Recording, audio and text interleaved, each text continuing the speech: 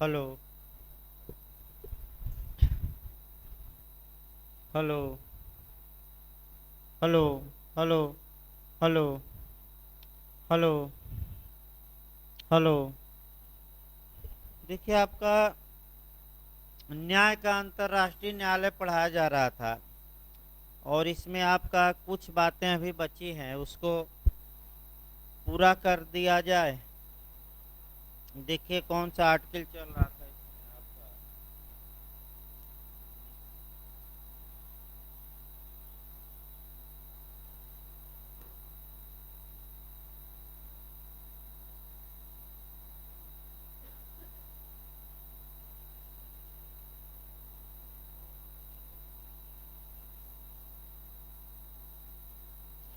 देखिए 58 से हम शुरू कर रहे हैं फिर आपका।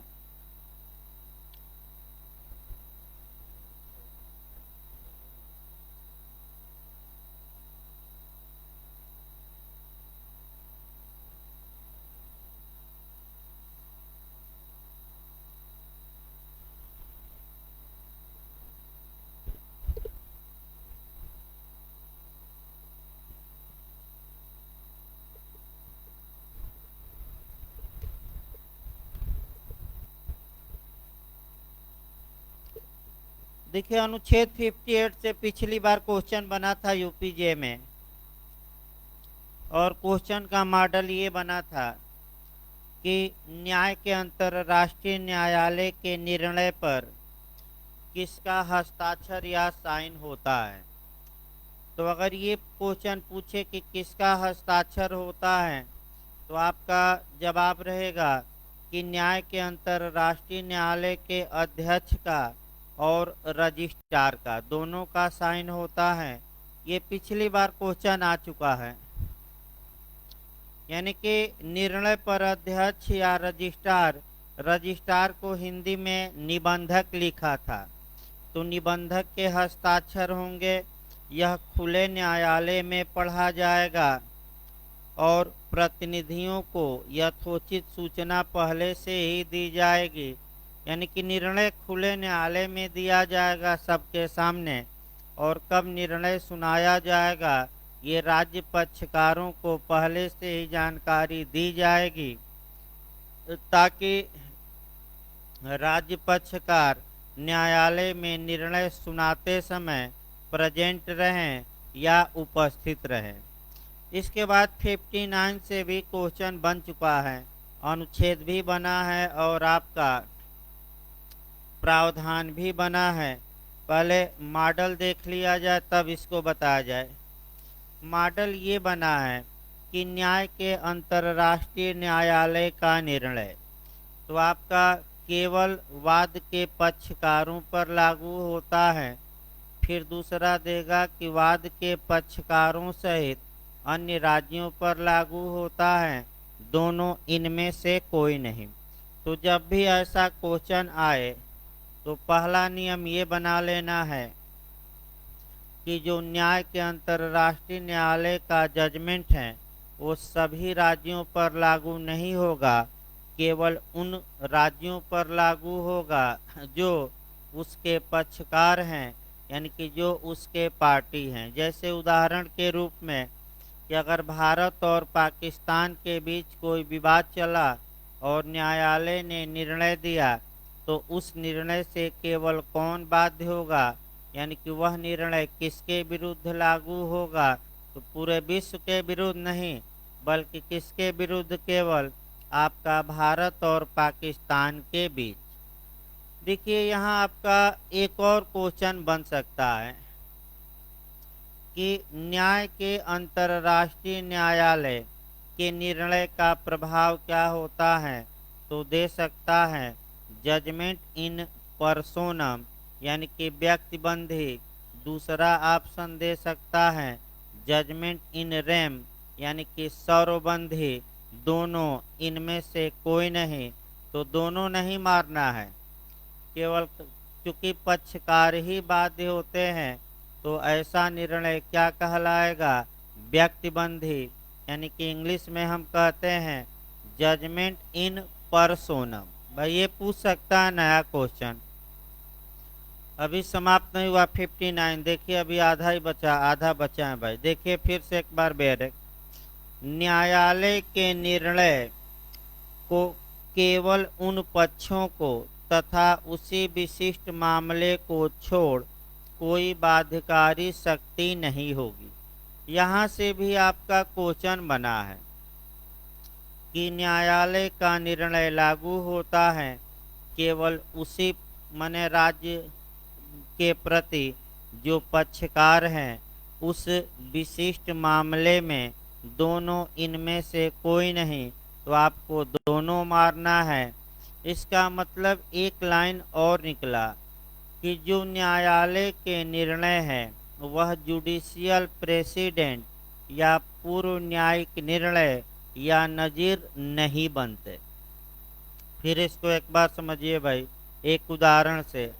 जैसे कि कुलभूषण जाधव का मामला था, भारत ने पाकिस्तान के खिलाफ मुकदमा किया, तो जो फैसला न्याय के अंतर्राष्ट्रीय न्यायालय का आया, पहला नियम ये बताता है कि यह फैसला केवल भारत और पाकिस्तान के लिए बाध्यकारी होगा, विश्व के अन्य देशों के लिए नहीं। पहला नियम हुआ। दूसरा नियम ये कहता है कि उस स्पेसिफिक मैटर में ही लागू होगा, यानी कि केवल कुलभूषण जाधव के मामले में यह निर्णय लागू होगा, अन्य मामलों से या आगे आने वाले अन्य मामलों से इसका कोई मतलब नहीं है। इसका मतलब ये हुआ कि न्यायालय का निर्णय केवल और केवल जिस विषय पर निर्णय दिया गया है उसी विषय पर लागू होगा, अन्य मामलों से उसका कोई मतलब नहीं है। अन्य मामलों में फिर से नया निर्णय दिया जाएगा और पूर्व निर्णय का सिद्धांत लागू नहीं होता। देखिए भले शब्द एक लाइन का था, लेकिन आपका 2 क्वेश्चन 3 क्वेश्चन अच्छे यहाँ से बनते हैं, इसीलिए आपका पूछा भी जाता है। अब आइए अनुच्छेद 60 से भी और 61 देखिए। आपका अनुच्छेद 60 कहता है कि निर्णय अंतिम होगा, अंतिम यानी कि फाइनल होगा, और इसके लिए कोई अपील नहीं होगी। निर्णय के अर्थ अथवा इसकी परिधि के विषय में विवाद खड़ा हो जाने पर न्यायालय किसी भी पक्ष के अनुरोध पर उसका अर्थ निर्धारण करेगा। यहाँ से भी आपका क्वेश्चन बन सकता है और 61 से भी बना है, यानी कि इधर आपका कुछ अनुच्छेद और अच्छे से तैयार रखना है। 58 से ही चल रहा है, हस्ताक्षर आपका 58 में था, बाध्यकारिता किस में थी? 59 में। 59 बहुत बार बना है। 60 आइए देखा जाए। जो निर्णय होगा वह फाइनल होगा, यानी कि फाइनल का मतलब ये हुआ कि न्यायालय उस निर्णय के खिलाफ न तो कोई अपील होगी और न न्यायालय द्वारा पुनर्विलोकन होगा, यानी कि न तो रिव्यू होगा और न ही अपील होगी। तो न्यायालय के निर्णय की अपील पर कौन सा अनुच्छेद रोक लगाता है? तो 60। हाँ, अगर निर्णय का अर्थ जानने में दिक्कत हो या निर्णय की जो लिमिट है, सीमा है, परिधि है, उस पर अगर विवाद उत्पन्न हो जाता है, तो ऐसी दशा में न्यायालय उसका अर्थ बता सकता है या उसकी परिधि बता सकता है फिर से, लेकिन निर्णय में आपका न तो अपील होगी और न ही पुनर्विलोकन। इसको थोड़ा कोरिलेट करना है आपका। ये 2-3 जगहों से कोरिलेट भी आपको करना है। जैसे कि उदाहरण के रूप में सेक्शन CRPC 125। एक लाइन और भाई दिमाग में बैठा लीजिए, ये लगातार पूछा जा रहा है कि जहां भी अपील का प्रावधान न हो और रिव्यू या पुनर्विलोकन का भी प्रावधान न हो, तो वहाँ एक प्रावधान रहता है रिवीजन का या निगरानी का, या हम उसको पुनरीक्षण कहते हैं। यानी कि जहाँ कोई प्रावधान न हो वहाँ एक प्रावधान रहता है किसका, रिवीजन का। जैसे सबसे अच्छा उदाहरण आपका सीआरपीसी की धारा 125 है, और कई बार आपका क्वेश्चन आ चुका है कि सीआरपीसी की धारा 125 के तहत जो मेंटेनेंस का ऑर्डर दिया जाएगा उसके विरुद्ध क्या उपचार हैं। तो बस एक लाइन मारेंगे, अपील नहीं होगी, आपका निर्देश भी नहीं होगा, आपका होगा क्या, सत्र न्यायालय या उच्च न्यायालय में रिवीजन हो सकता है। रिवीजन का मतलब हुआ आपका उर्दू में निगरानी, और आपका इंग्लिश हिंदी में होता है अर्थ पुनरीक्षण। पुनरीक्षण का मतलब वैधता अवैधता की क्या करना, जांच। कहीं आपका गलती तो निर्णय में नहीं हो गई आपका क्षेत्राधिकार को लेकर या कोई भी। तो अब आइए सही रहेगा आपका अनुच्छेद 60 देखा जाए भाई। निर्णय जो होगा वह फाइनल होगा, उसकी कोई अपील नहीं होगी। ये आपका क्वेश्चन बन सकता है। तो फिर मैं बताया कि जहां अपील का प्रावधान न हो वहां निर्णय के विरुद्ध क्या करवाया जा सकता है या आदेश के विरुद्ध। तो एक बस याद रखिए रिवीजन। तो क्वेश्चन यहाँ ये बन सकता है कि न्याय के अंतर्राष्ट्रीय न्यायालय के निर्णय के विरुद्ध क्या किया जा सकता है। 4 ऑप्शन देगा, निर्देश, अपील, पुनर्विलोकन, पुनरीक्षण। तो इंग्लिश वर्जन एक बार जरूर देखकर आइएगा, और वह रिवीजन जिस ऑप्शन में लिखा रहे वही ऑप्शन मारना है। तो रिवीजन के बारे में प्रावधान आपका 61 आर्टिकल में है। यानी कि आपका अगला अनुच्छेद कौन सा हमें पढ़ना है, 61, उसी में रिवीजन। यहाँ से क्वेश्चन बन सकता है। देखिए इसको जो क्वेश्चन बन सकता है पहले 2 क्वेश्चन निकाल लिया जाए। पहला आपका ये बनता है कि न्यायालय के निर्णय के विरुद्ध क्या उपचार हैं। तो बस एक लाइन मारिएगा, पुनरीक्षण। पुनरीक्षण का प्रावधान किस अनुच्छेद में है। तो दूसरा आपका ऑप्शन रहेगा 61, यानी कि किस अनुच्छेद में, 61। तीसरा क्वेश्चन देखिए, पुनरीक्षण कितने साल के अंदर कराया जा सकता है। तो आपका समय भी दिया है, और वह समय भी महत्वपूर्ण है, 10 ईयर्स के अंदर। यानी कि निर्णय दिए जाने के कितने दिन के अंदर रिवीजन कराया जा सकता है। तो आपका क्या जवाब रहेगा, 10 साल। ये रट कर जाना है। और अंतिम प्रावधान जो रट कर जाना है कि अगर कोई नया साक्ष्य मिलता है तो नए साक्ष्य मिलने के कितने समय के अंदर रिवीजन के लिए प्रार्थना पत्र या आवेदन दे देना चाहिए। तो वह समय 6 मंथ है, यानी कि 6 माह। देखिए एक उदाहरण देखिए, मान लीजिए कोई न्याय के अंतर्राष्ट्रीय न्यायालय का फैसला आया। तो आपका फैसला आने के 5 वर्षों बाद कोई नया एविडेंस मिलता है। तो ऐसी दशा में आप न्यायालय के निर्णय से रिवीजन की मांग कर सकते हैं, लेकिन नया एविडेंस मिलने के कितने दिनों के अंदर आपको न्यायालय में चला जाना चाहिए, 6 माह। 6 माह कब से गिना जाएगा, जब कोई नया साक्ष्य क्या होता है, मिलता है। अब बेरक की भाषा देखिए तब सही रहेगा। वैसे जितने क्वेश्चन 61 पर आ सकते हैं वह बताया गया, और यहाँ से क्वेश्चन बनने का चांस है, नया क्वेश्चन बन सकता है। इसलिए फिर एक बार हम बता रहे हैं दोबारा, न्यायालय के निर्णय के विरुद्ध उपचार क्या है। तो 4 ऑप्शन देगा, तो क्या मारेंगे, रिवीजन।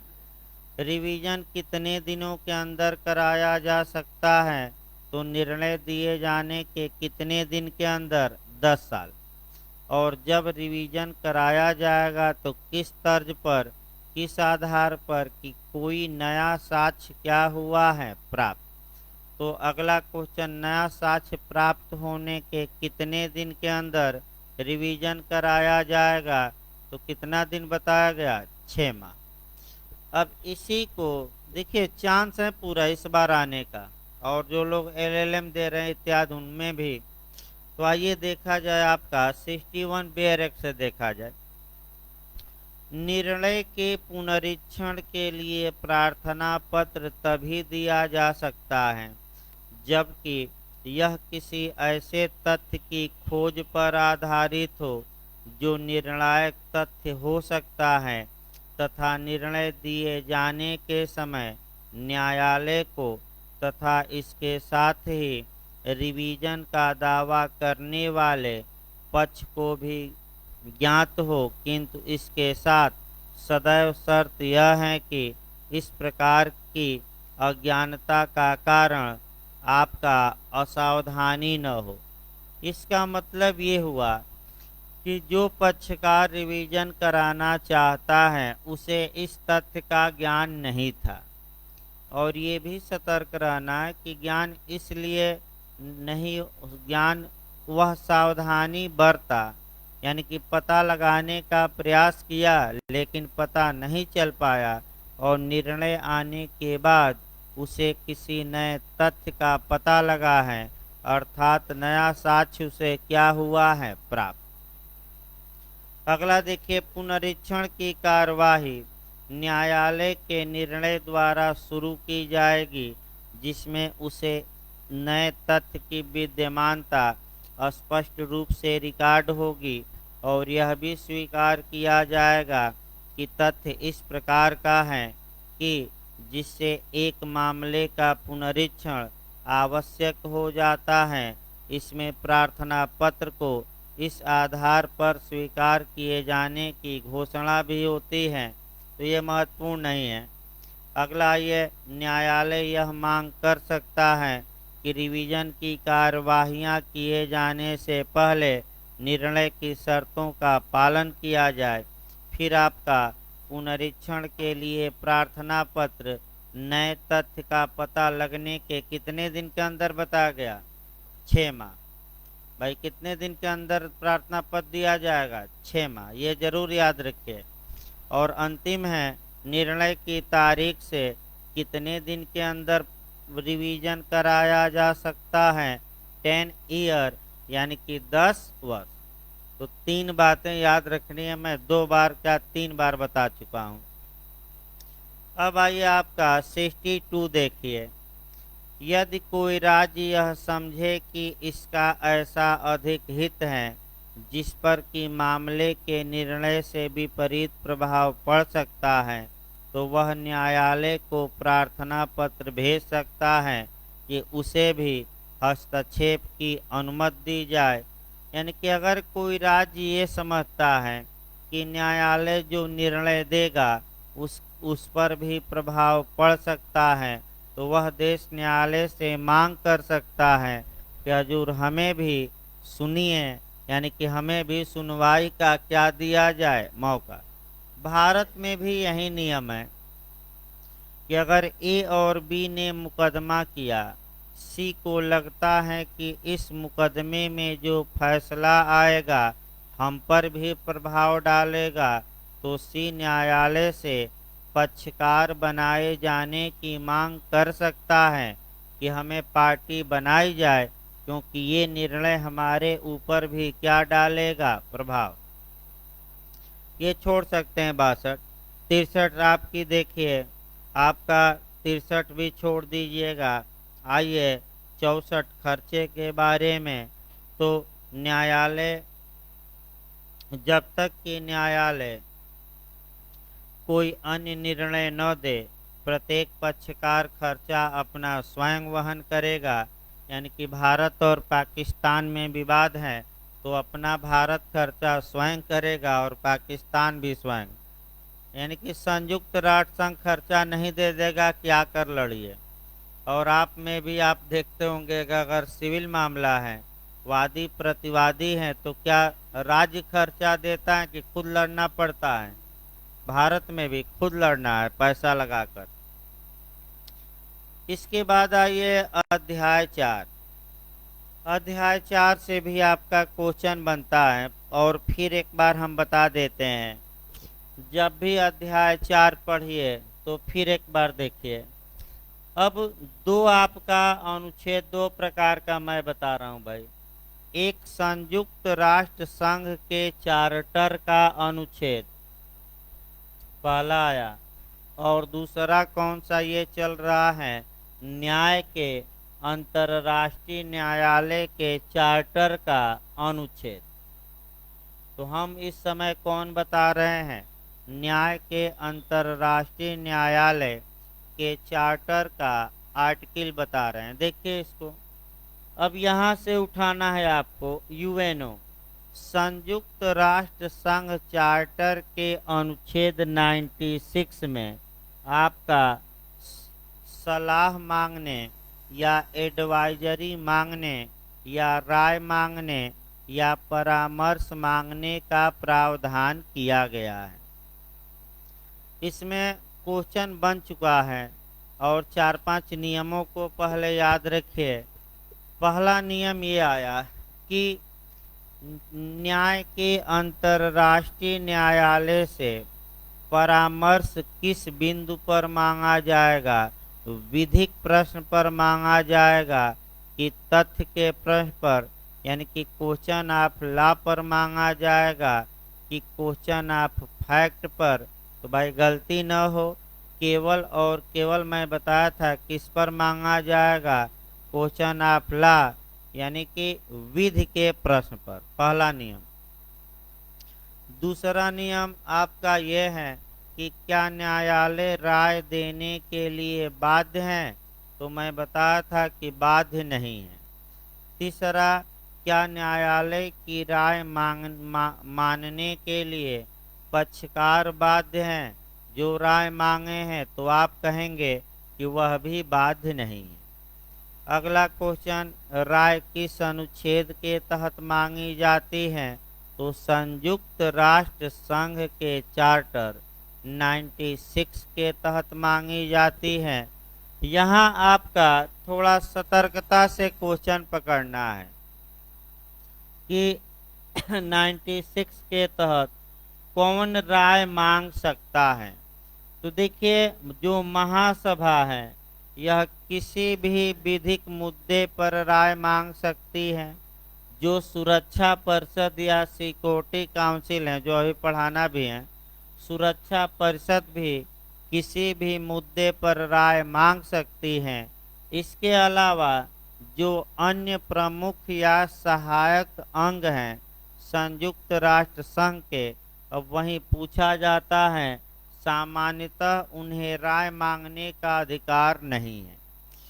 तो ये क्वेश्चन ये उठता है कि महासभा और सुरक्षा परिषद के अलावा जो अन्य प्रमुख अंग हैं या आपका सहायक अंग हैं या विशिष्ट एजेंसियां हैं, वे किसके द्वारा अथराइज करने पर, किसके द्वारा प्राधिकृत करने पर वे सलाह मांग सकती हैं, तो क्या मार्क कराएंगे, महासभा। भाई ये बताया गया था पूरा डिटेल में भारत से जोड़कर। किसके द्वारा प्राधिकृत किए जाने पर, आपका क्या जवाब रहेगा, महासभा। अब यहाँ एक क्वेश्चन और टेक्निकल बन सकता है कि जो अन्य अंग हैं या 17 जो विशिष्ट एजेंसियां, आगे पढ़ाया जाएगा, जो 17 स्पेसिफिक एजेंसियां हैं, वे किस विषय पर अपनी राय मांग सकते हैं। तो भाई विधिक मुद्दे पर ही राय मांगेंगे, लेकिन सभी मैटरों में नहीं। ऐसे मैटर जो उनके क्षेत्राधिकार में आते हों, यानी कि इसका मतलब ये हुआ कि अपने क्षेत्राधिकार में आने वाले विषयों पर ही वे राय मांग सकते हैं। तो दो प्रतिबंध हो गया, पहला किसके द्वारा अथराइज होने पर ही राय मांगेंगे, महासभा, और दूसरा क्या हुआ, अपने विषय के अंतर्गत आने वाले मामलों में मांगेंगे कि सभी मामलों में, सभी में नहीं, ये किसमें, अपने विषय के अंतर्गत आने वाले मामले। अब ये क्वेश्चन बन सकता है कि कौन सा यूएनओ का अंग किसी भी विधिक मुद्दे पर ओपिनियन न्यायालय से मांग सकता है।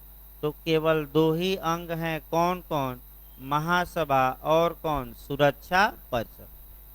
ये नया क्वेश्चन आ सकता है, भारत में भी इसको काफी जोड़कर बताया गया था। और भारत में जो बताया गया था आपका अनुच्छेद आपका 143 बताया गया था। भारत में थोड़ा नियम अलग है, विधि के प्रश्न पर भी राष्ट्रपति राय मांग सकता है सुप्रीम कोर्ट से, तथ्य के भी प्रश्न पर, विवाद उत्पन्न होने के पूर्व भी और विवाद उत्पन्न होने के बाद भी। ये भी आपका आईएएस में भी क्वेश्चन बना है भारत में। तो अब देखा जाए आपका जब राय मांगी जाएगी तो क्या प्रोसीजर अपनाया जाएगा, ये 65 अनुच्छेद से शुरू होगा। यानी कि जब भी आप न्याय के अंतर्राष्ट्रीय न्यायालय का चैप्टर 4 पढ़िएगा, कम से कम एक बार दिमाग ले जाइएगा संयुक्त राष्ट्र संघ के चार्टर का अनुच्छेद 96, यानी कि यूएनओ चार्टर का 96 पहले पढ़िएगा और तब अध्याय 4 न्याय के अंतर्राष्ट्रीय न्यायालय का। एक क्रम हम बना रहे हैं, वहीं कोरिलेट कर लेना चाहिए बेरेक पर ही। यूएनओ का कौन सा आर्टिकल पहले पढ़ना है, 96।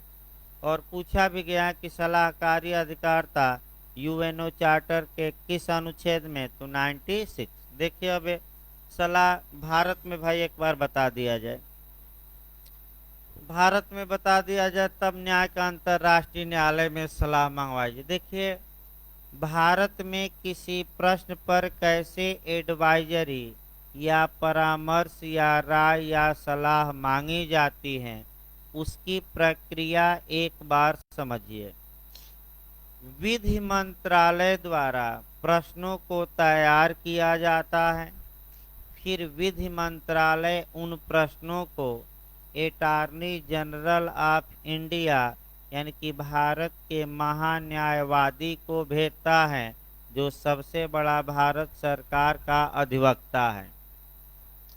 महान्यायवादी उन प्रश्नों की संपरीक्षा करते हैं, चेक करते हैं और जब ओके करके मंत्रालय को लौटा देते हैं, तब आपका माने कैबिनेट राष्ट्रपति को उन प्रश्नों को भेजती है और राष्ट्रपति अनुच्छेद 143 के तहत किसको भेज देते हैं, सुप्रीम कोर्ट को।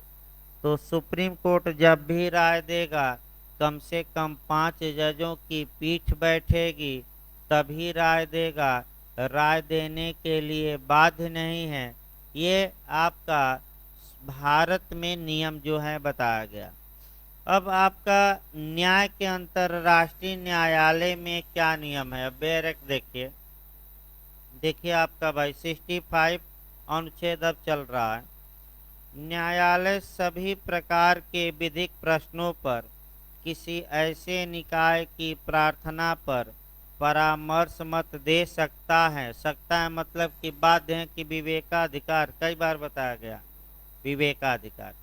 किस प्रश्न पर राय दे सकता है, विधिक प्रश्न पर कि तथ्य के प्रश्न पर कि दोनों, स्पष्ट लिखा गया बेरेक में।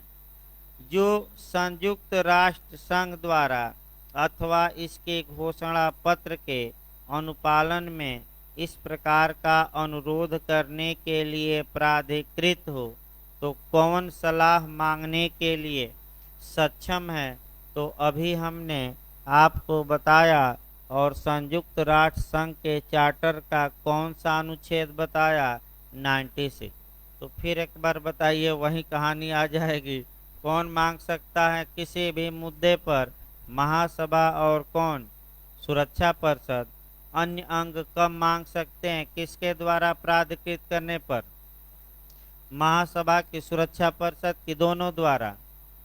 केवल महासभा। और किस विषय पर मांग सकते हैं? अपने क्षेत्राधिकार में आने वाले विषय पर कि किसी भी विषय पर? अपने क्षेत्राधिकार में आने वाले विषय।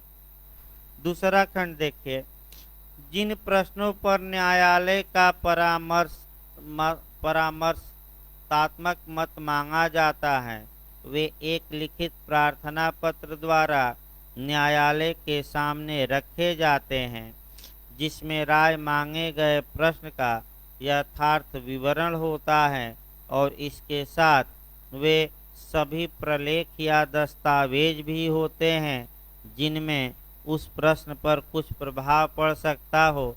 यानी कि राय लिखित में मांगी जाएगी कि मौखिक मांगी जाएगी? तो किस में मांगी जाएगी? लिखित में। तो भारत में बताइए, भारत का राष्ट्रपति जब राय मांगता है तो मौखिक बोलकर मांगता है कि लिखित में? चलिए लिखित में भाई, मौखिक नहीं। अगला देखिए, अनुच्छेद 66। इधर से कम क्वेश्चन बना है भाई, एक बार बता दिया जाए कैसे राय दी जाती है। रजिस्ट्रार परामर्शात्मक मत की प्रार्थना की सूचना तुरंत उन सभी राज्यों को देगा जिन्हें न्यायालय में उपस्थित होने का अधिकार प्राप्त है। रजिस्ट्रार सबको क्या दे देगा? सूचना।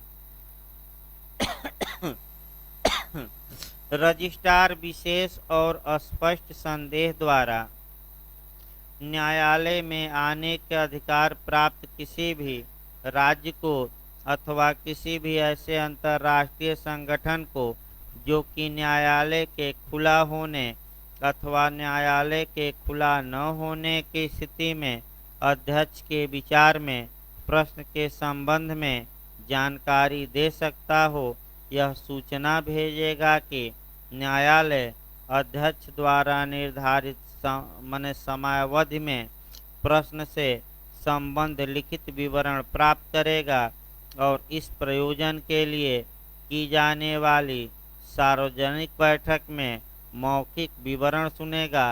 यानी कि जो भी पक्षकार अपनी बात कहना चाहता है वह न्यायालय में अपनी बात कह सकता है। समय निर्धारित किसके द्वारा किया जाएगा? न्यायालय के अध्यक्ष द्वारा।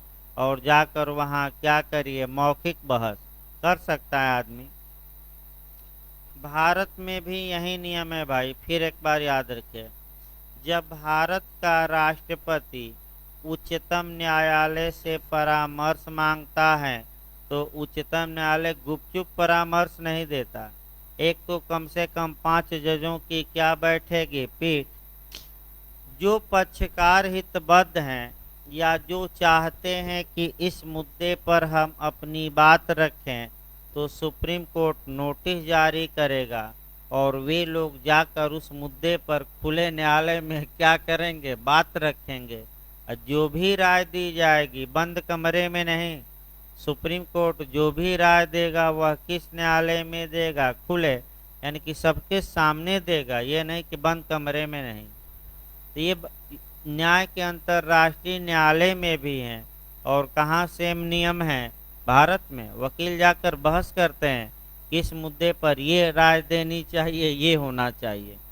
अगला देखिए, यदि न्यायालय में आने का अधिकार, ये भी कोई मतलब नहीं, आपका छोड़ सकते हैं, आपका खुला न्यायालय नहीं। 67 देखिए, न्यायालय अपना परामर्शात्मक मत खुले रूप में देगा।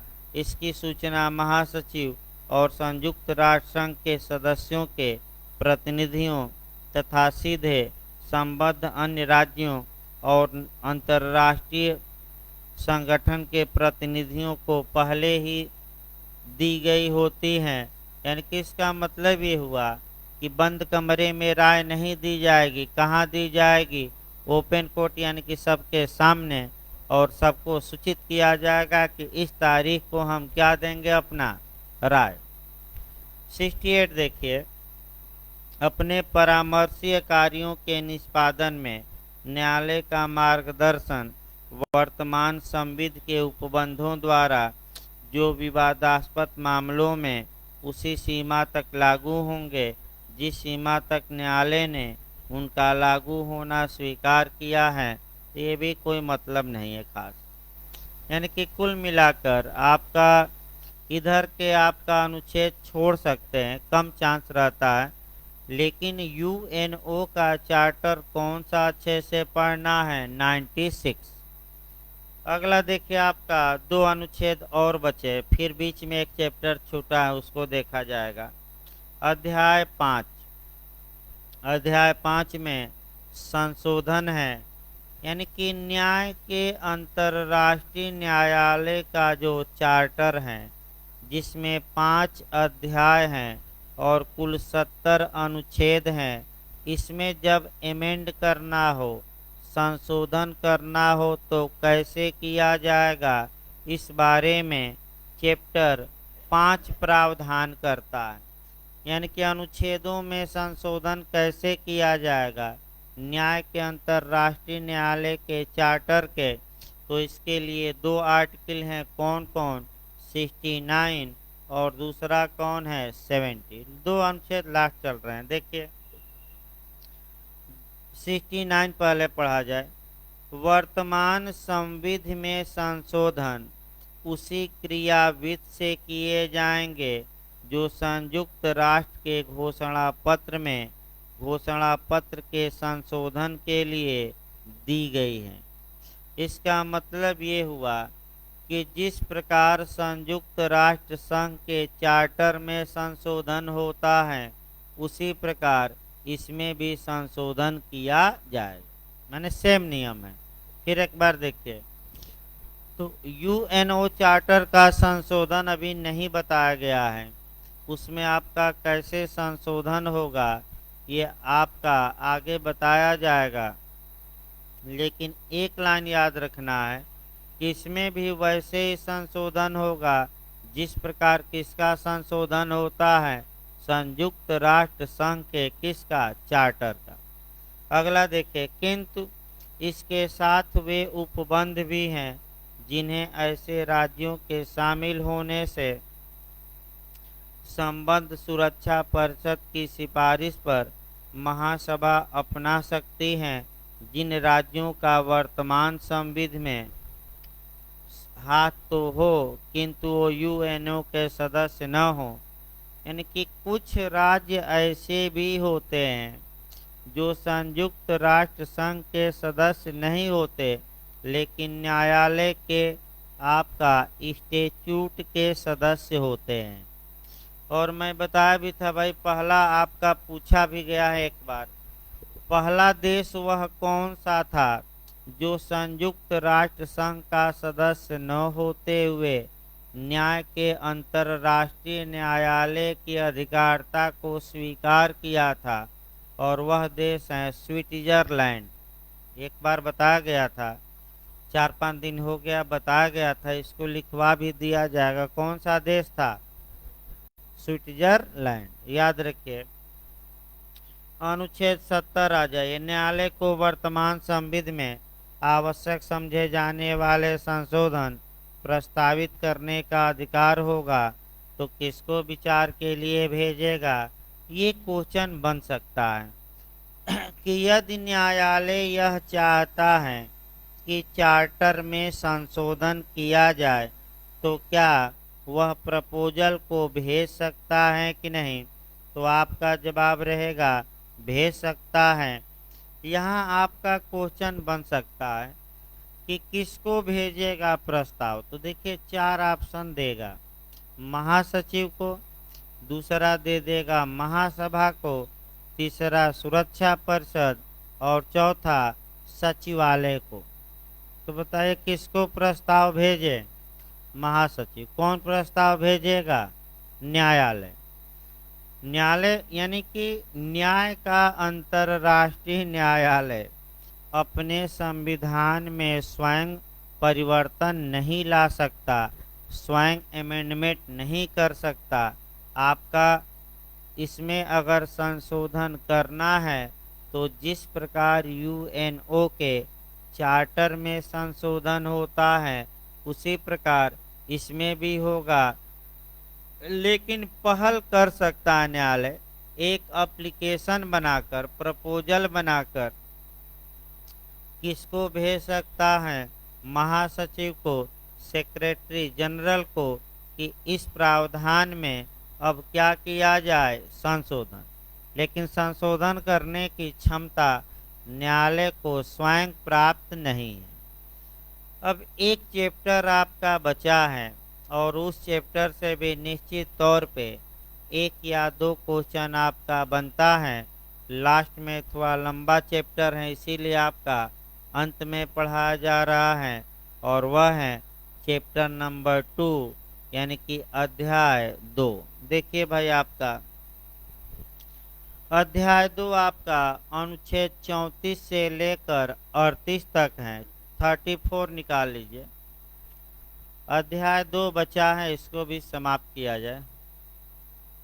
देखिए, अध्याय 2 आपका अनुच्छेद 34 से लेकर और 38 तक है। इसमें न्यायालय की सक्षमता या न्यायालय की सुयोग्यता, या आप कह सकते हैं competency of the court. Competent होना का मतलब हुआ सक्षम होना। सक्षम होने का मतलब ये हुआ कि जुरिडिक्शन होना। जुरिडिक्शन मतलब क्षेत्राधिकार होना। क्षेत्राधिकार का मतलब अधिकारता होना।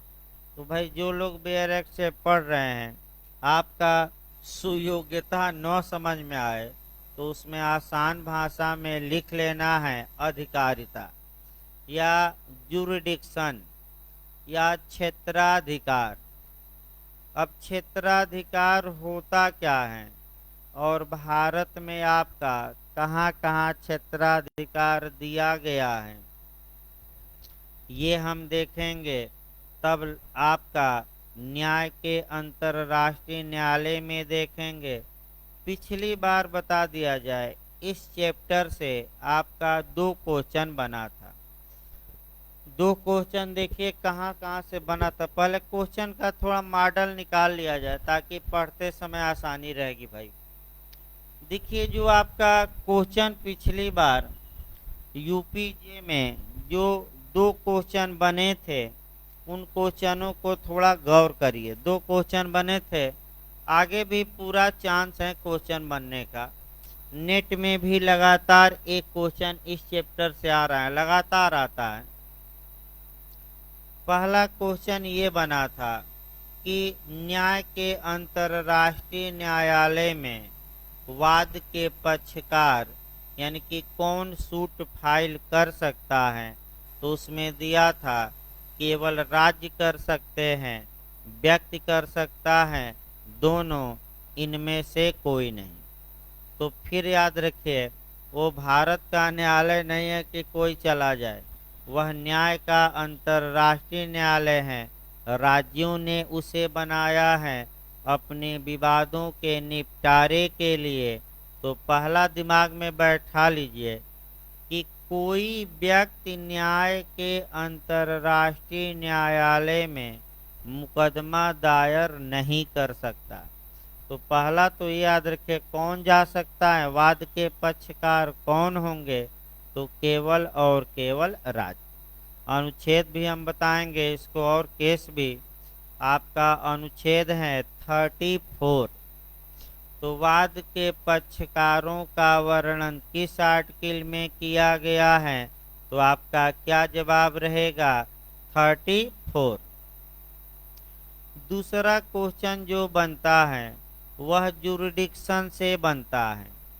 जो न्याय के अंतर्राष्ट्रीय न्यायालय को अधिकारिता होगी, आपका वह कंसेंट पर आधारित होगी, सहमत पर आधारित होगी।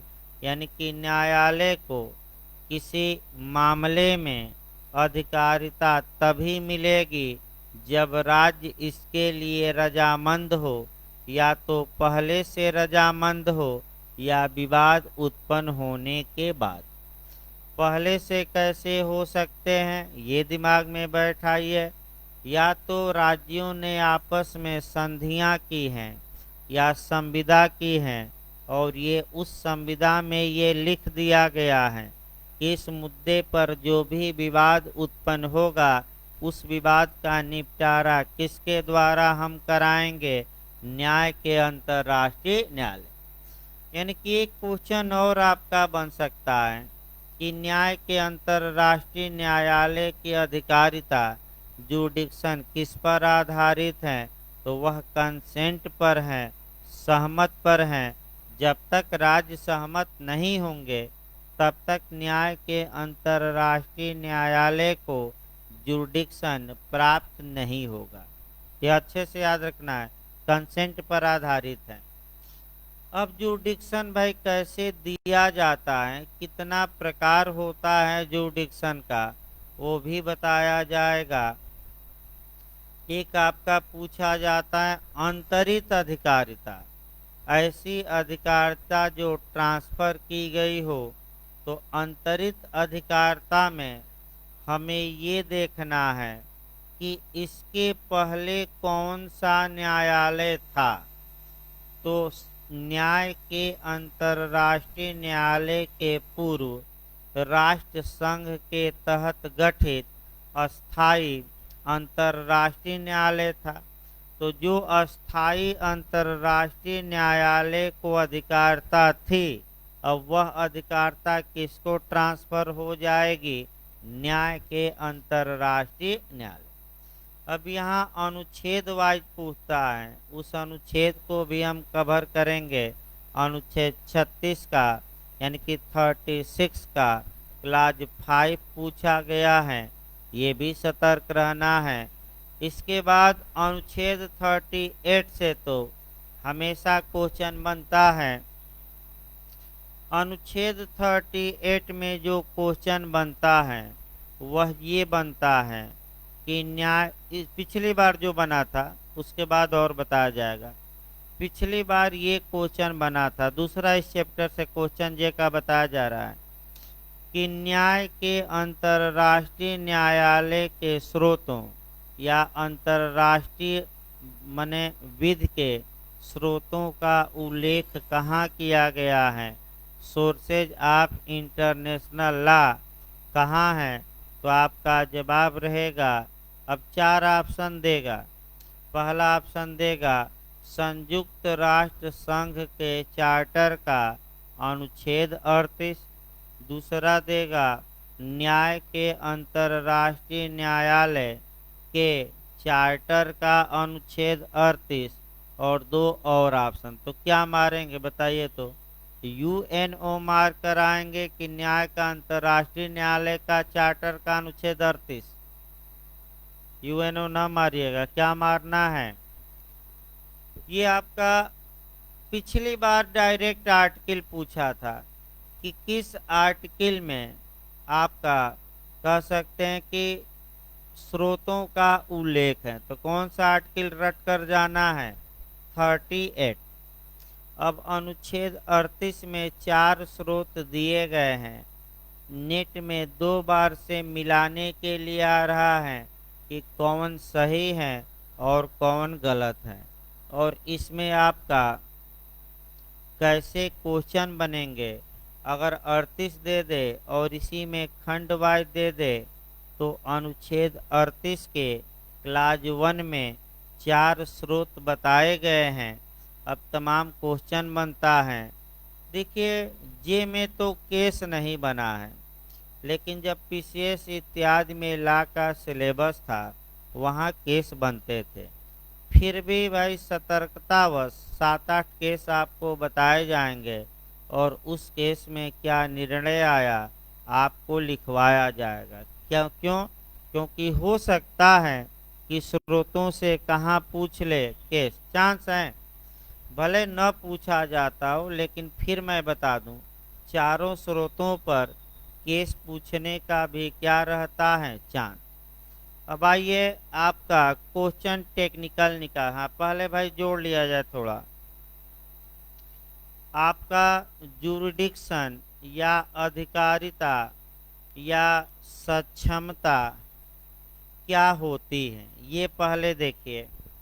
पहले भारत में कोरिलेट कर लिया जाए और तब आपका ये न्याय के अंतर्राष्ट्रीय न्यायालय का आर्टिकल 34 से शुरू किया जाएगा और कुछ टेक्निकल क्वेश्चन भी इसमें हैं, वहीं आपको अच्छे से पढ़ने हैं। कठिन है थोड़ा भाई आपका, और तो आसान निकला, ये थोड़ा बहुत क्या मिलेगा आपको टेक्निकल, क्योंकि कम से कम 10 केस भी पढ़ने पड़ेंगे और उस केस में क्या आया। तो देखिए आपका भारत में पहले जोड़ा जाए, सबसे पहले हम संविधान देखेंगे कि संविधान में थोड़ा बहुत ही, बहुत ज़्यादा नहीं। तो जब भी संविधान में जुरिडिक्शन देखिए, जब सुप्रीम कोर्ट का देखिएगा तो आपका 131 पढ़ लीजिएगा, 136 और 32, फिर आपका अनुच्छेद 71 इत्यादि, दो तीन अनुच्छेद याद रखें। जब आप हाई कोर्ट का पढ़िएगा तो आर्टिकल 226, आर्टिकल 227 और सीपीसी सीआरपीसी में तो है ही। जब आप सीपीसी पढ़िएगा तो जुरिडिक्शन के बारे में 15 से लेकर कहाँ तक प्रावधान है, 25 तक। अधिकारिता, किस न्यायालय में मुकदमा दायर किया जाएगा, और इसी के साथ आपका सेक्शन 9 भी पढ़ लेना है, the suit of civil nature. और जब आप सीआरपीसी में पढ़िएगा तो अभी बिहार तो एकदम बना, मने वो कहा जाता है ना कि बिहार ने इतना क्वेश्चन इस पर बना दिया था, 4 से 5 क्वेश्चन एपीओ में बनाया था बिहार। तो सीआरपीसी में पढ़ेंगे तो कौन सा सेक्शन 177 से लेकर 189, यानी कि 177 से लेकर 189। इस बार बिहार एपीओ ने इस चैप्टर से 4 से 5 क्वेश्चन बनाए थे। अब जो भी कारण हो, यहाँ से भाई क्वेश्चन बन रहा है, इसमें कोई शक नहीं है। तो आपका पढ़ाया जाएगा सीआरपीसी, तो डिटेल में हम बताएंगे। लेकिन अभी आपका जुरिडिक्शन या अधिकारिता का पहले एक लाइन मतलब समझिए। किसी भी न्यायालय को अधिकारिता है, यह कब कहा जाएगा? तो जब न्यायालय उस विषय को ग्रहण करके और उस पर निष्पादन योग्य निर्णय देने में सक्षम हो, यानी कि न्यायालय उस मामले को क्या करे, स्वीकार करे, और स्वीकार करने के बाद सुनवाई करे, सुनवाई करने के बाद फैसला सुनाए, और फैसला ऐसा हो जिसे लागू किया जा सकता हो, इन्फोर्स किया जा सकता हो, निष्पादित कराया जा सकता हो, एग्जीक्यूट कराया जा सकता हो, या इजरा भी कहते हैं, क्या कराया जा सकता हो, इजरा। यानी कि एक लाइन अगर कोई पूछे कि जुरिडिक्शन का मतलब क्या हुआ, तो एक लाइन बताइएगा, कहीं भी पूछे। न्यायालयों की वह शक्ति जिसके द्वारा वह किसी मामले को स्वीकार करने, उस पर निर्णय दे और उस पर ऐसा निर्णय देने में सक्षम होते हैं जिसका निष्पादन कराया जा सके कानूनन। अब ऐसी दशा में आपका संविधान में सुप्रीम कोर्ट कौन कौन से मामले में अधिकारिता रखता है, यानी कि कौन कौन से मामले वह सुनने के लिए सक्षम है। तो लगभग ज़्यादातर आप कुछ अपवाद हैं, अपवाद हम नहीं बताएंगे, बहुत लंबा चल जाएगा। यानी कि संविधान के तहत ज़्यादातर मामलों में उच्चतम न्यायालय को अपीलीय अधिकारिता है, लेकिन कुछ में मूल है और कुछ में कनकरेंट या समवर्ती है। तो एक एक आर्टिकल को देखा जाए, सबसे पहले हम सुप्रीम कोर्ट से उठाते हैं कौन सा आर्टिकल, 131। संविधान के अनुच्छेद 131। लगातार ये क्वेश्चन आ रहा है भाई, नेट में तो 3 बार से रिपीट कर रहा है। जो लोग नेट का एग्जाम दे रहे हैं 3 बार से ये क्वेश्चन लगातार रिपीट कर रहा है और क्वेश्चन ये बन रहा है आपका कि आपका उच्चतम न्यायालय की ओरिजिनल जुरिडिक्शन, मूल जुरिडिक्शन, प्रारंभिक अधिकारिता, आरंभिक अधिकारिता किस आर्टिकल में, तो कौन सा अनुच्छेद मारेंगे 131। मूल अधिकारिता का मतलब ये हुआ कि मामला डायरेक्ट या सीधे या केवल और केवल या अनन्य रूप से कहाँ दायर किया जाएगा, सुप्रीम कोर्ट, किसी और न्यायालय में नहीं।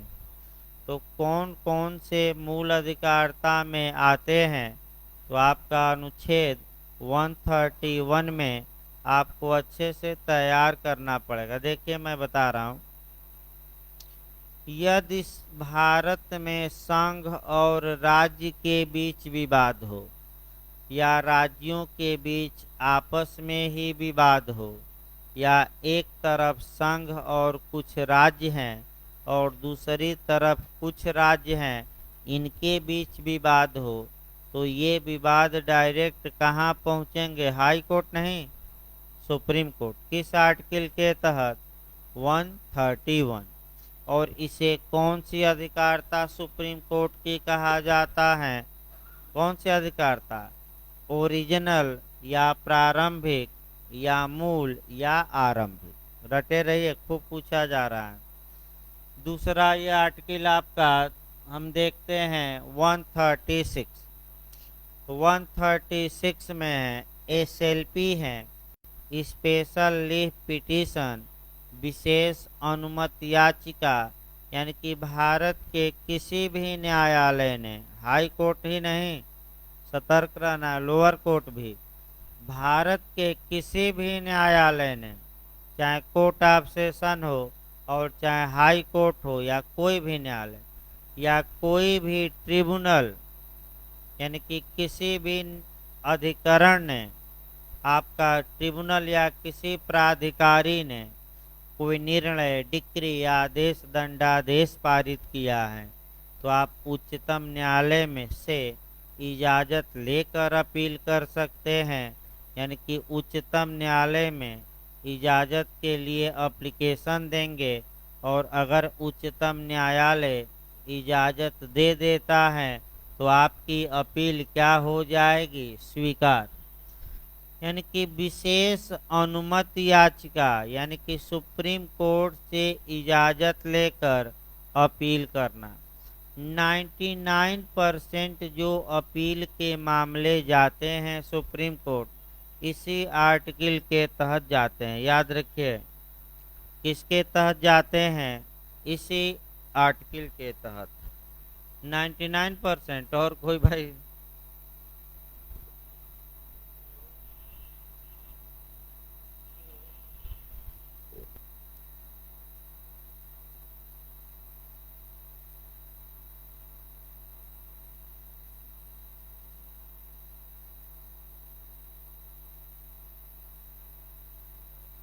देखिए आगे आपका भाई, ये आपका 136। इसके बाद आप पढ़ेंगे 32। खूब पूछा जाता है कि संविधान का अनुच्छेद 32 में कैसी सुप्रीम कोर्ट की अधिकारिता है, ओरिजिनल है, आपका कंकरेंट है, 4-5 ऑप्शन दे देगा। देखिए ओरिजिनल ना मारिएगा, ओरिजिनल आपका किसमें थी, मुख्य रूप से ये पूछे तो कनकरेंट मारिए।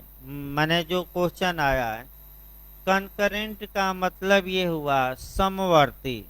समवर्ती मतलब कि जब दो या दो से अधिक न्यायालयों को एक ही विषय पर अधिकारिता होती है तो हम उसे समवर्ती या कनकरेंट जुरिडिक्शन कहते हैं। तो यानी कि अनुच्छेद 32 के तहत मूल अधिकार के मामले में डायरेक्ट आप सुप्रीम कोर्ट जा सकते हैं, लेकिन एक और प्रावधान है कि आर्टिकल 226 के तहत मूल अधिकारों के उल्लंघन होने पर आप हाई कोर्ट में भी जा सकते हैं। तो दोनों को पावर है और दोनों को बराबर पावर हैं, चाहे आप हाई कोर्ट जाइए या कहाँ जाइए, सुप्रीम कोर्ट, तो ऐसी दशा में ये कैसी अधिकारता हो गई? ओरिजिनल न मारिएगा, कौन सा अधिकारता? समवर्ती या कनकरेंट, कौन सी अधिकारता? इसके बाद आर्टिकल 71 पिछली बार एमपी में पूछा गया था कि अगर राष्ट्रपति या उपराष्ट्रपति के निर्वाचन को लेकर विवाद उत्पन्न होता है तो मामला कहाँ जाएगा? सुप्रीम कोर्ट की, हाई कोर्ट की, दोनों की, इनमें से कोई नहीं।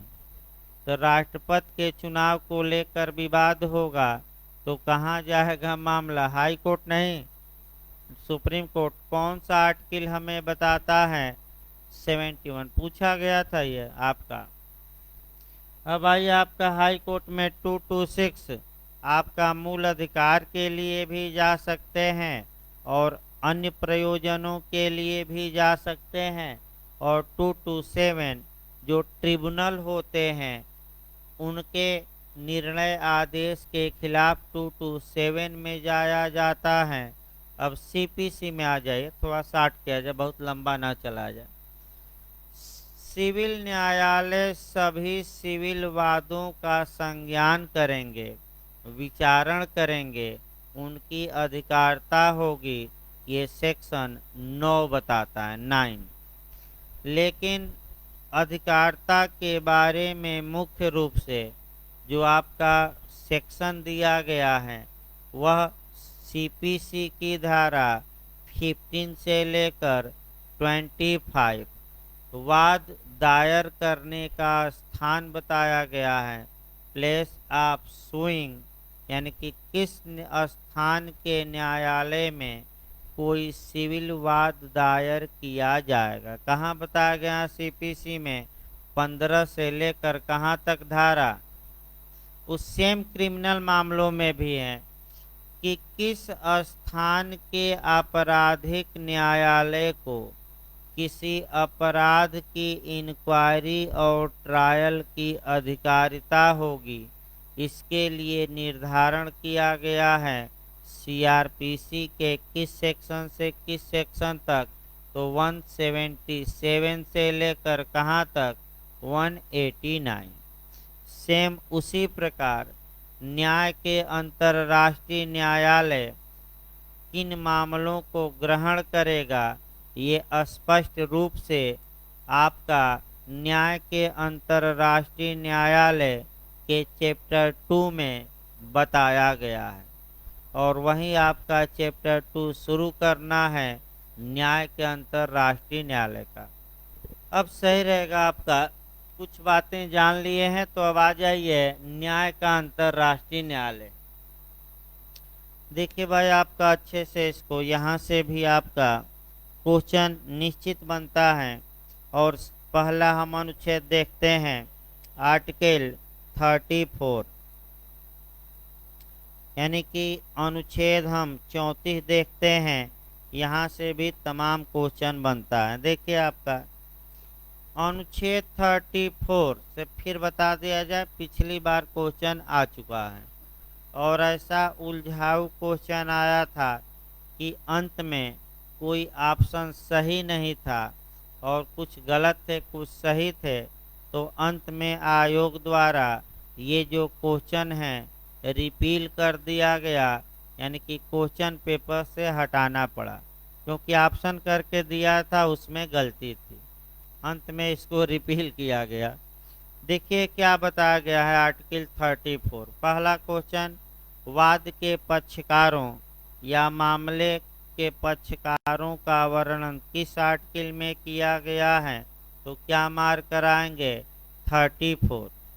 अब ये आया कि 34 का पहला ही क्लाज है कि न्यायालय के समक्ष प्रस्तुत मामलों में केवल राज्य ही पक्ष होंगे।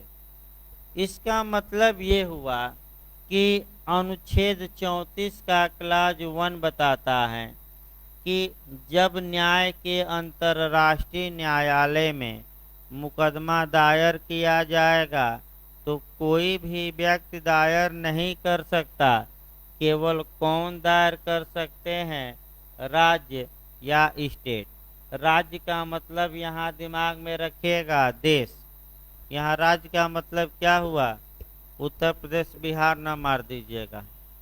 यहाँ स्टेट का मतलब क्या हुआ? देश हुआ। उत्तर प्रदेश बिहार नहीं मारना है। देश यानी कि भारत हुआ, पाकिस्तान हुआ, अमेरिका हुआ, इंग्लैंड हुआ, जो भी देश हैं। तो आपका न्याय के अंतर्राष्ट्रीय न्यायालय में कौन मुकदमा दायर कर सकता है? पहला ही क्वेश्चन आया तो कौन? केवल और केवल राज्य। चाहे वह राज्य संपूर्ण प्रभुत्व संपन्न हो या न हो, इससे मतलब नहीं है। यानी कि वह राज्य होना चाहिए, भले उसकी संप्रभुता बने पूर्ण न हो, किसी अन्य पर भले वह राज्य आश्रित हो, किसी का गुलाम हो, वो अलग बात है, लेकिन उसे राज्य होना चाहिए। यानी कि जैसे कि भारत था, भारत 15 अगस्त 1947 के पहले अंग्रेजों का उपनिवेश था। तो क्या भारत राज्य था कि नहीं था? और यह न्याय के अंतर्राष्ट्रीय न्यायालय में जा सकता था कि नहीं जा सकता था? भले यह राज्य क्या था? दूसरे का उपनिवेश या गुलाम था। उससे मतलब नहीं है, राज्य होना चाहिए, भले वह दूसरे का क्या हो? गुलाम हो। उससे हमें मतलब नहीं है। अब अगला क्वेश्चन आपका अच्छा बनता है कि क्या कोई प्राइवेट संस्था या क्या कोई व्यक्ति न्याय के अंतर्राष्ट्रीय न्यायालय में वाद दायर कर सकता है कि नहीं?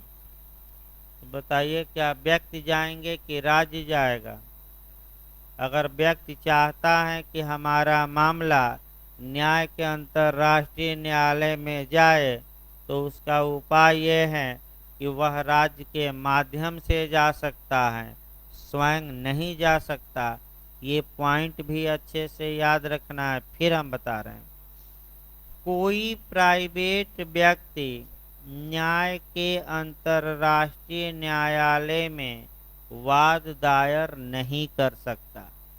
अगर कोई प्राइवेट व्यक्ति चाहता है कि वह न्याय के अंतर्राष्ट्रीय न्यायालय में अपने मामले को लेकर जाए, तो वह आपका केवल और केवल अपने देश के माध्यम से जा सकता है, अपने राज्य के माध्यम से जा सकता है, डायरेक्ट नहीं। जैसे कि आपका एक उदाहरण जो कुलभूषण जाधव का मामला है, जो इस समय फांसी की सजा पाए हैं और पाकिस्तान की जेल में बंद हैं। पाकिस्तानियों ने ये कहा कि ये जासूसी करने आए थे और पकड़े गए। भारत कह रहा है कि इन्हें ईरान से या उधर ईरान से अपहरण किया गया, वहाँ से पाकिस्तान लाया गया।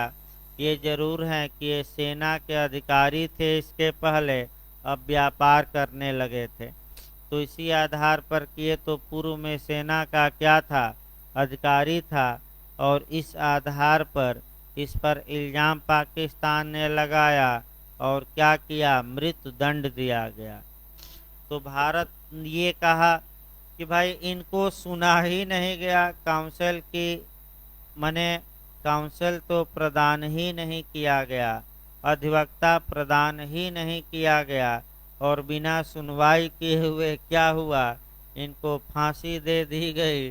अतः न्याय के अंतर्राष्ट्रीय, देखिए अब यही आपको समझना है, जो कुलभूषण जाधव के परिवार के लोग थे, क्या वह डायरेक्ट न्याय के अंतर्राष्ट्रीय न्यायालय में जा सकते थे? नहीं। अगर वह जाना भी चाहते हैं तो वह किसके माध्यम से जाएंगे? भारत के, न कि प्राइवेट। तो उन्होंने भारत सरकार से गुहार किया। तो भारत सरकार आपका चूंकि राज्य है भारत, अतः भारत इनके परिवार की ओर से कहाँ मुकदमा किया?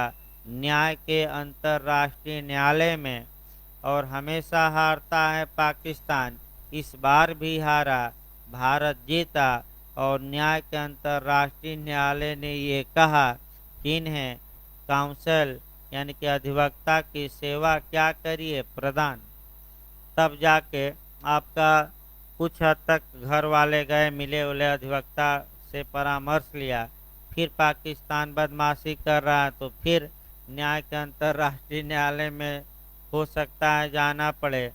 तो ऐसी दशा में आपका व्यक्ति नहीं जा सकता। व्यक्ति अगर जाता भी अपने हित के लिए तो किसके माध्यम से जाएगा, राज्य के। दूसरा देखिए, अब राज्य मतलब ये आया कि आखिर कौन राज्य जाएंगे, तो आपका इसके लिए कह सकते हैं कि कौन राज्य न्याय के अंतर्राष्ट्रीय न्यायालय में मुकदमा कर सकते हैं। तो इसके लिए थोड़ा बैक होना पड़ेगा, और बैक आपका होना पड़ेगा, और वह आपका फिर यूएनओ चार्टर। देखिए आपका भाई, फिर संयुक्त राष्ट्र संघ का चार्टर में बैक होना पड़ेगा, और आर्टिकल 93 का क्लाज 1 और क्लाज 2। देखिए आपका अनु ये भाई न्याय का अंतर्राष्ट्रीय न्यायालय का अनुच्छेद नहीं है, क्योंकि उसमें तो 70 ही अनुच्छेद हैं। ये जो हम अनुच्छेद बता रहे हैं ये किसका अनुच्छेद है, तो आपका जवाब रहेगा यूएनओ चार्टर। संयुक्त राष्ट्र संघ के चार्टर का अनुच्छेद 93 में कौन राज्य पक्षकार न्यायालय में जा सकता है, इसको बताया गया है। तो अनुच्छेद 93 का क्लाज 1 बताता है कि जो राज्य यूएनओ के मेंबर हैं, तो यूएनओ के इस समय कितने मेंबर हैं, 193। यानी कि जो राज्य संयुक्त राष्ट्र संघ के चार्टर के सदस्य हैं ये स्वतः जा सकते हैं, ये न्यायालय के पक्षकार बन सकते हैं। तो 193 तो हो ही गए, किस क्लाज में दिया गया है, अनुच्छेद 93 के 21 में। अब मान लीजिए कोई राज्य है जो यूएनओ का सदस्य नहीं है, तो क्या यह अपना मामला लेकर आपका न्याय के अंतर्राष्ट्रीय न्यायालय में जा सकता है कि नहीं, आपका जा सकता है, लेकिन इसके लिए कुछ शर्तें हैं। फिर एक बार याद रखिए, जो राज्य यूएनओ के मेंबर नहीं है तो दो वेटिंग में चल रहे हैं, एक आपका वेटिकन सिटी और दूसरा फिलिस्तीन। इन्होंने प्रार्थना पत्र दिया है कि हमें आपका संयुक्त राष्ट्र संघ का मेंबर बनाया जाए। तो अगर ये दोनों बन जाते हैं तो कितना मेंबर हो जाएंगे, 195 वेटिंग में है। कौन कौन वेटिंग में है बताया गया था, वेटिकन सिटी और दूसरा फिलिस्तीन। तो देखिए आपका भाई, आपका अगर कोई, फिर एक बार देखिए यहाँ से भी टेक्निकल क्वेश्चन आता है, यदि कोई राज्य न्यायालय का आपका माने यूएनओ का मेंबर नहीं है तो वह भी न्यायालय का पक्षकार बन सकता है। तो कैसे बनेगा वही दिमाग में रखना है। उसका एक उपाय है, सुरक्षा परिषद की सिफारिश पर महासभा द्वारा लगाई गई शर्तों के अनुसार। यानी कि सुरक्षा परिषद सिफारिश करेगी तो महासभा क्या लगाएगी, शर्त, और उन शर्तों के आधार पर कोई गैर यूएनओ का मेंबर भी न्यायालय का पक्षकार हो सकता है। तो फिर एक बार आज बताया गया कि पहला देश वह कौन सा था जो यूएनओ का मेंबर नहीं था लेकिन न्याय के अंतर्राष्ट्रीय न्यायालय का पक्षकार था, यानी कि वह जा सकता था। कौन था? हाँ, स्विट्जरलैंड। डेट याद रखना है, अगर डेट पूछे तो 28 जुलाई 1948, यानी कि 28 जुलाई 1948 को बना। यानी कि यूएनओ का मेंबर नहीं था, लेकिन न्यायालय का वह संविध का पक्षकार बन गया, स्वीकार किया। इसका मतलब हुआ कि जो विवाद उत्पन्न होंगे उसे भी न्यायालय में जाने का क्या होगा? अधिकार। आइए अगला देखा जाए। जो अगला ये कहता है कि जो राज्य न्याय के अंतर्राष्ट्रीय न्यायालय के संविध के पक्षकार हैं, आपका पक्षकार नहीं है, वह भी जा सकते हैं। आपका सुरक्षा परिषद द्वारा लगाई गई शर्तों के अनुसार। यानी कि तीसरा पॉइंट ये मिला कि ये आपका है भाई, ये न्याय के अंतर्राष्ट्रीय न्यायालय के चार्टर में है, 35 का क्लास 2। ये यूएनओ चार्टर नहीं, फिर दिमाग अब कहाँ लाना है?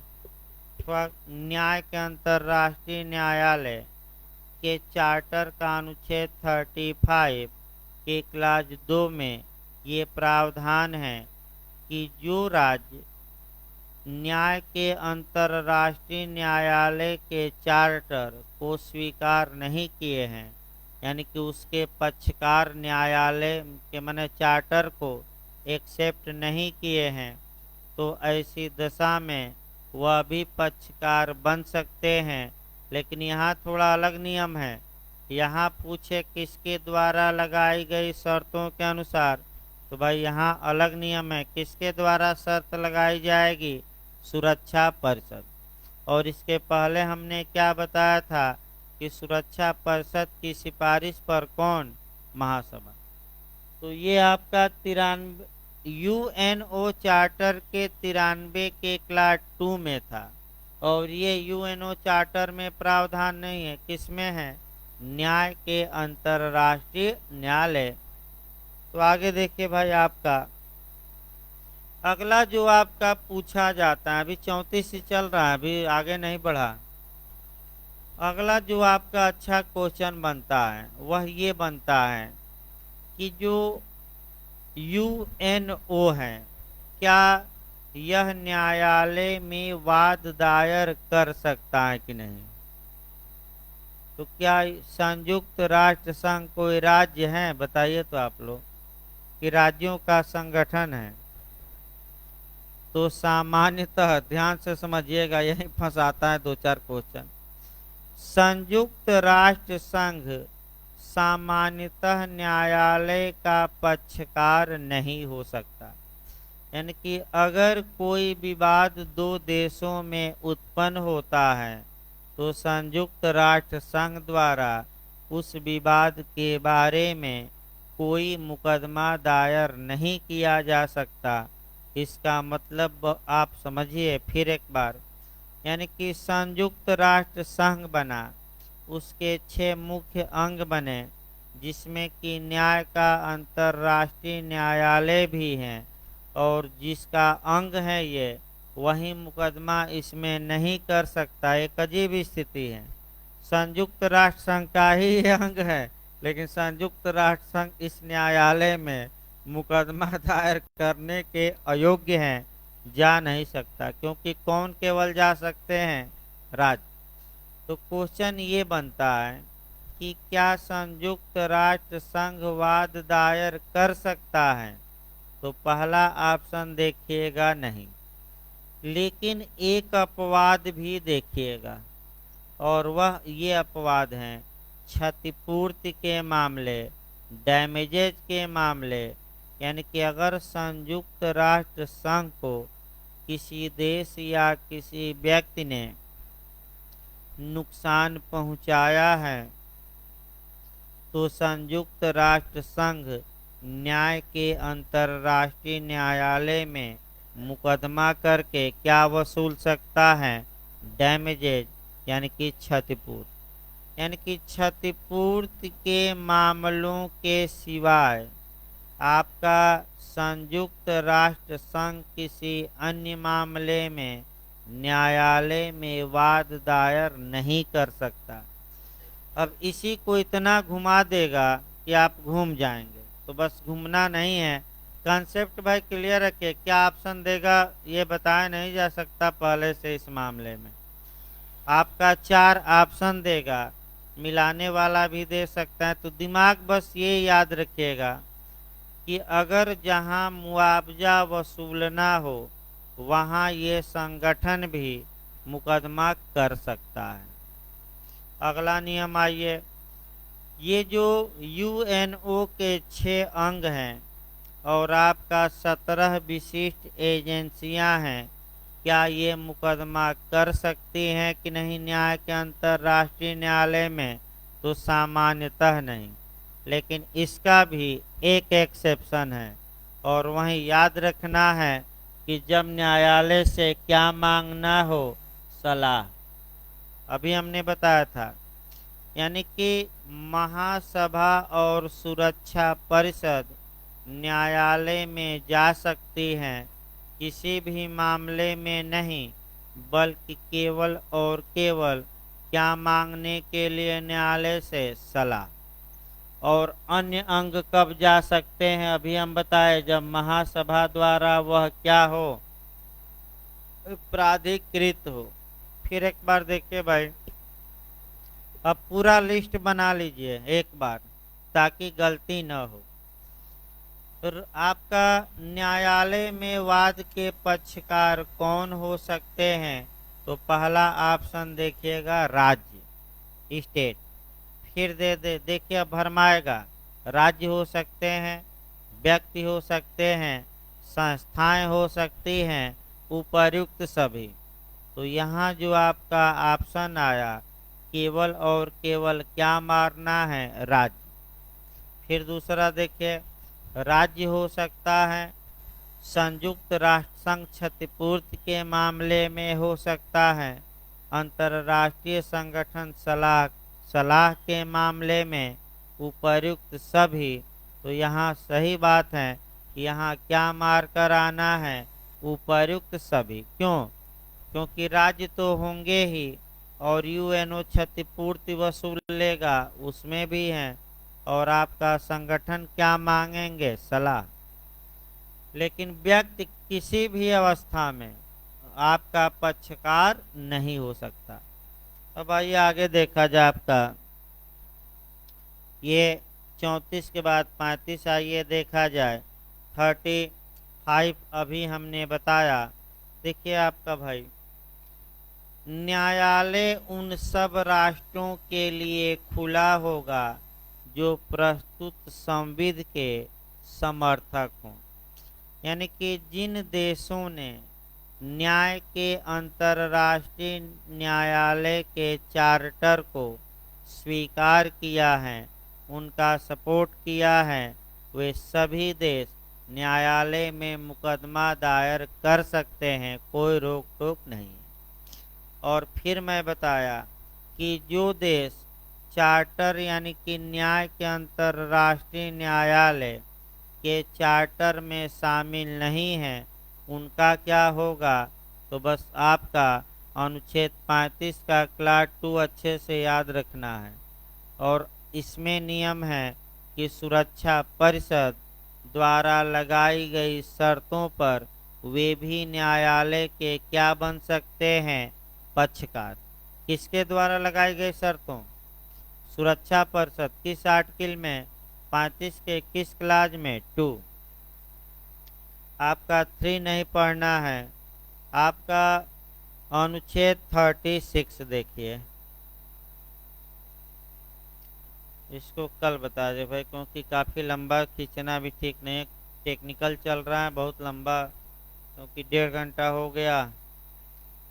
तो 20 मिनट का ब्रेक रहेगा भाई, फिर एविडेंस चलेगा। आपका 10:10 हो रहा है और 10:30 बजे से आपका एविडेंस शुरू कर दिया जाए, एकदम टाइम से आज। तो आपका कल देखिए, आप कॉपी लेकर भी आइए। कल का शेड्यूल भाई बता दिया जाए। 2 सब्जेक्ट चलेगा केवल, ताकि खींचा जाए। एक आपका न्याय ये यूएनओ लिखवा जाएगा, क्योंकि कल आपका 1.5 घंटा कम से कम 1.25 घंटा, ये आधा घंटा में पढ़ाकर और 1 सवा घंटा लिखवा जाए। और दूसरा आपका एविडेंस रोका जाएगा कल, और केवल आपका